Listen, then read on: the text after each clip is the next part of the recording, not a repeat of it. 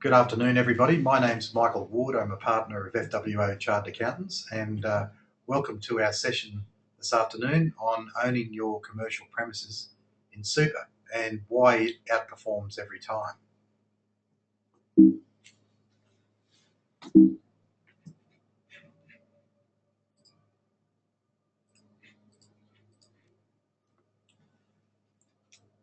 The basic ultimate reason why owning commercial property in superannuation is going to outperform every time is that you're essentially putting an income producing asset into the lowest possible tax environment, which obviously leads to greater after-tax income being retained.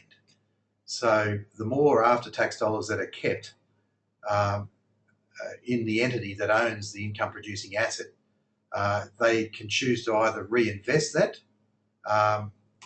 in more income producing assets or use it to retire debt. And that retirement of debt can be sped up if there's more after-tax dollars available to do so. Obviously, the faster a loan is repaid, the less interest is charged and paid over the term of the loan. So in Australia, we've got different tax rates that apply for different types of taxpayers. So I've got a chart here that you can look at that talks about what the tax rates are for individuals, what the tax rates are for companies, and what the tax rates are for superannuation funds. For individuals, it's what we call a step ladder tax rate system, in the sense that based on different bands of taxable income, you pay a certain marginal tax rate in that band. So, for example, somebody that's earning over 180,000, they're going to have a composite mix of marginal tax rates. The first 18,200, there's no tax. From 18,201 to 37,000, there's a marginal tax rate of 19%. From 37,001 to 80,000, there's a marginal tax rate of 32.5%. And from 80,000 to 180,000, there's a marginal tax rate of 37%. And anything over 180,000 is taxed at 45%. I should mention that you really need to add a further 2% to all those tax rates for the Medicare and disability levy that's now applicable as from 1 July. It used to be 1.5%, now it's 2% because of the National Disability Scheme. There is some concessions, and the levy doesn't kick in for some people who are on low income thresholds, but we don't need to go into that today. For companies, they pay a 30% tax rate for every dollar of taxable income they earn. And for superannuation funds, they pay a tax rate of 15% for every dollar of taxable income they earn. And while we're on the subject of tax rates, I'll just refresh about capital gains tax rates in Australia, because later on we'll talk about this investment property that's bought, and ultimately maybe say in 20 years' time you may want to sell it, and it's highly likely that you will have made a significant capital gain. So it's relevant not only the tax rate on income that you earn throughout the period of ownership, but it's also relevant what capital gains tax rate you may pay when you ultimately come to sell the property. So for individuals, it's the same tax rates, marginal tax rates we talked about before. For companies, it's the same. And for superannuation funds, they're the same rates. But I should mention for individuals, if they've held an asset for greater than 12 months, then 50% of the capital gain is exempt. So the marginal tax rates only apply to half the capital gain. For companies, it's just the flat 30% on any capital gain. And for superannuation funds, where the asset's held for more than 12 months, it's 10% instead of the normal 15% tax rate on income. So that's important to sort of put in the back of your mind. So what we're talking about today is self-managed superannuation funds being a preferred acquirer and owner of commercial property. And I'll lead into the reasons why that is later on. But firstly, let's just talk about what is a self-managed super fund. It's it's got to be a fund that has less than 5 members, and it's governed by the Superannuation Industry Supervision Act of 1993 as amended. We colloquially refer to it as the SIS Act. Now, under Section 67A of the SIS Act, it specifically allows a self-managed super fund to borrow under a limited recourse borrowing arrangement to acquire a single acquirable asset. There's also another section, Section 66(2)(b) of the SIS Act, that allows a self-managed super fund to acquire business real property from a related party at market value. So that can be significant as well, because we've had situations in the past where clients have owned their business premises in an entity, and we've actually been able to use a strategy whereby their self-managed superannuation fund, using a limited recourse borrowing arrangement, has actually acquired that property from the business entity and then leased it back to the business. And there's been some significant advantages and benefits that our clients have achieved out of that. And normally there's a prohibition under the SIS Act for self-managed super funds buying any sort of asset from a related party, but there's a specific exclusion to that, or allowance for either listed shares or business real property that can be bought from a related party to the members of the superannuation fund. So they're specifically allowed for under the SIS Act. And as I said earlier, banks will lend typically up to about 60% under a loan to value ratio under a limited recourse borrowing arrangement.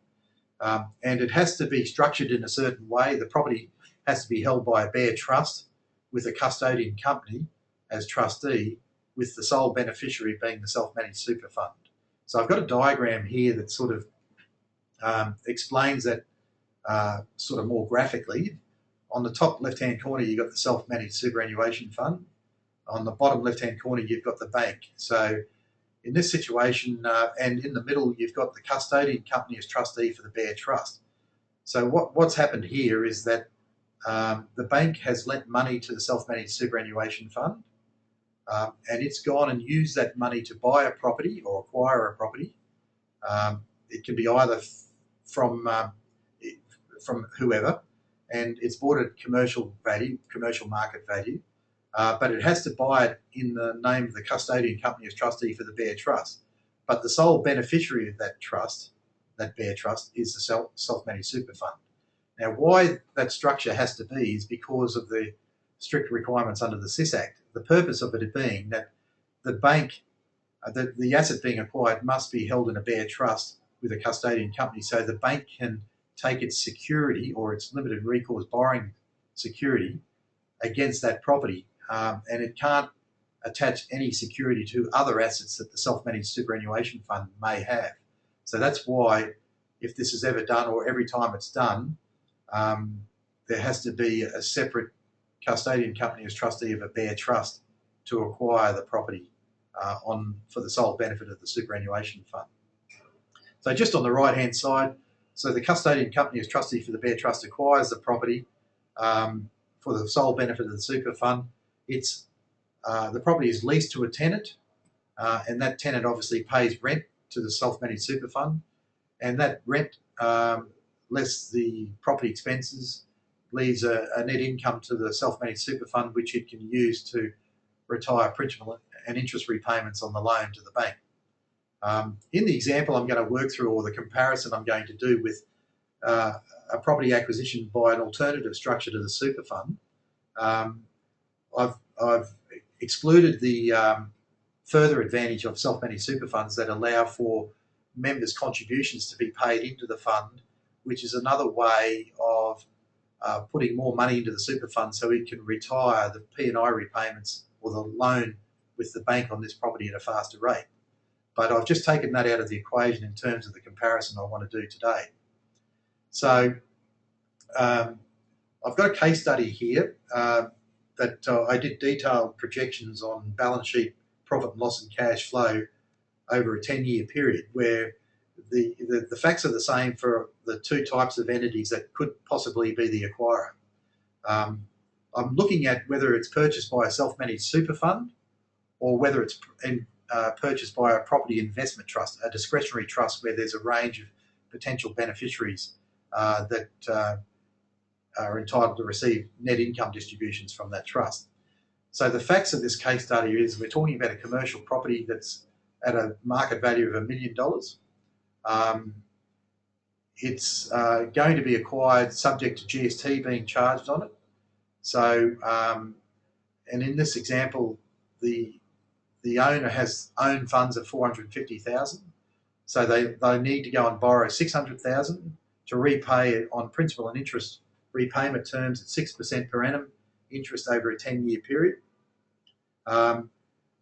We're also, because there's GST involved, we're going to have a short-term borrowing of $100,000 for 3 months to fund the purchase of the GST, but that GST loan gets repaid in 4 months later when the GST input tax, or up to 4 months later, depending on the time of the quarter when the property is acquired, when the GST input tax credit is able to be claimed back by the acquiring entity.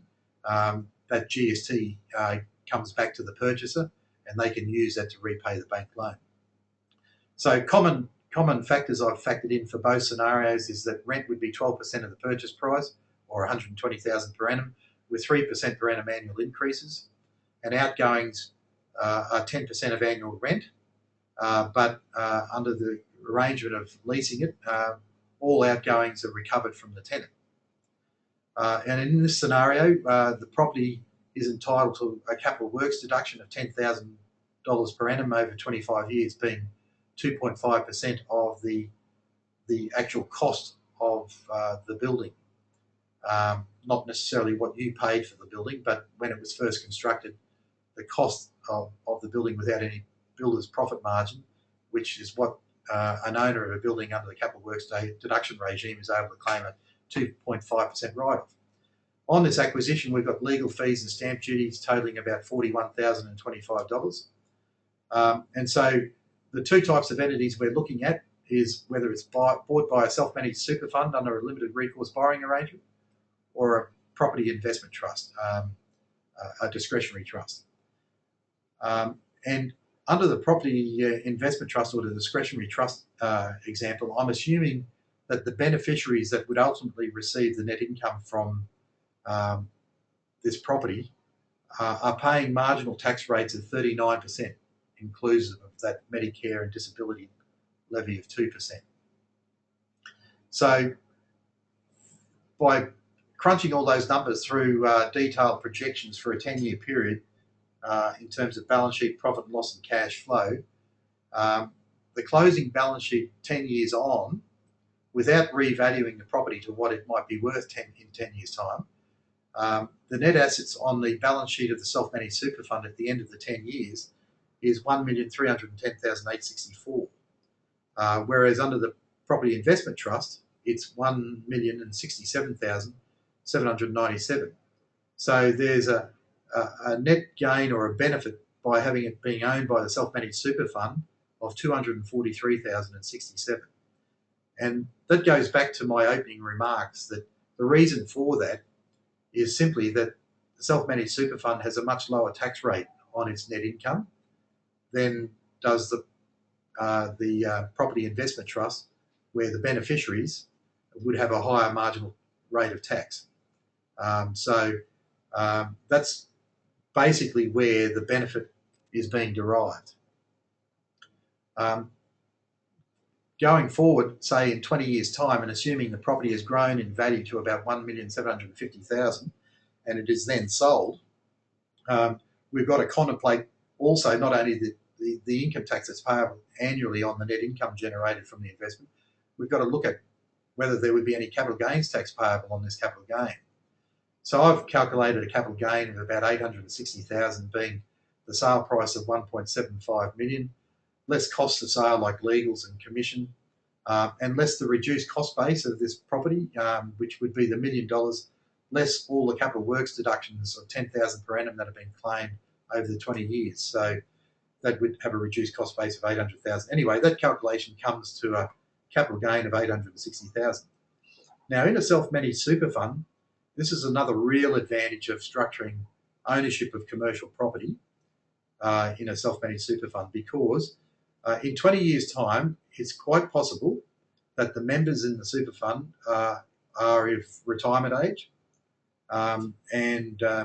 or you would design your strategy that you may well choose only to sell the property when your members are in retirement mode, because once your members have retired and the fund is paying them a pension, and that could be a minimum pension. Under current rules, the minimum pension has to be 4% of their members' account.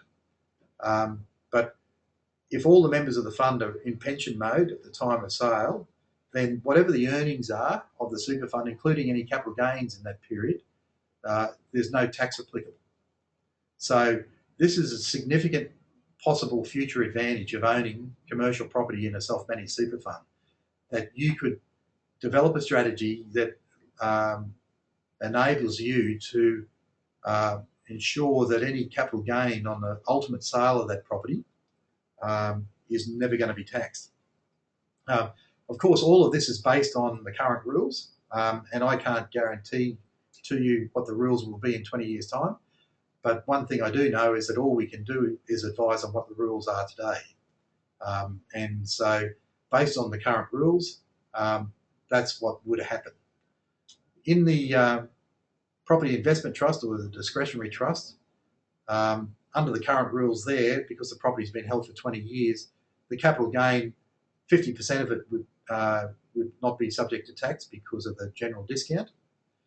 However, the remaining 50% of the capital gain, the other 430,000, could be taxed at 39%, being the marginal tax rate of the beneficiaries. There's a few assumptions in that because, as I said earlier, but it's highly likely that the beneficiaries of that trust are going to have certainly a much higher tax rate. Well, they won't have a zero tax rate like a super fund in pension mode would have anyway, but it's highly likely that that 39% tax rate might be relevant. But let's just assume that is, and in that case, they would end up paying 167,700 capital gains tax on the realisation of that property in 20 years' time. Again, I've assumed that that trust would not be eligible for current small business capital gains tax concessions, which they're too involved to go through for the purposes of this session today. But it's probable that in this scenario that they wouldn't be eligible for those small business capital gains tax concessions. So the overall thrust of the presentation today is just to give you something to think about in terms of if you were looking at buying commercial property, or in fact if you already had commercial property, that there might be a way of that being acquired by a self-managed superannuation fund that can lead to you getting significant income tax benefits over the course of ownership, and also potentially no capital gains tax on the sale of it at a much higher value down the track.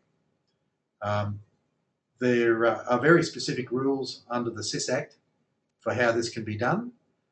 If we're talking about a property being acquired from an unrelated party, then the property can be a residential income producing property or commercial property.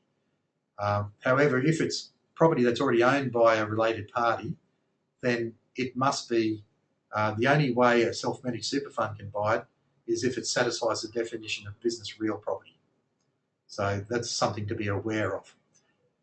However, hopefully this short little presentation has given you a little bit of an insight into what's possible and what the possible advantages are of owning commercial property or even income producing property like residential income producing property in a self-managed superannuation fund.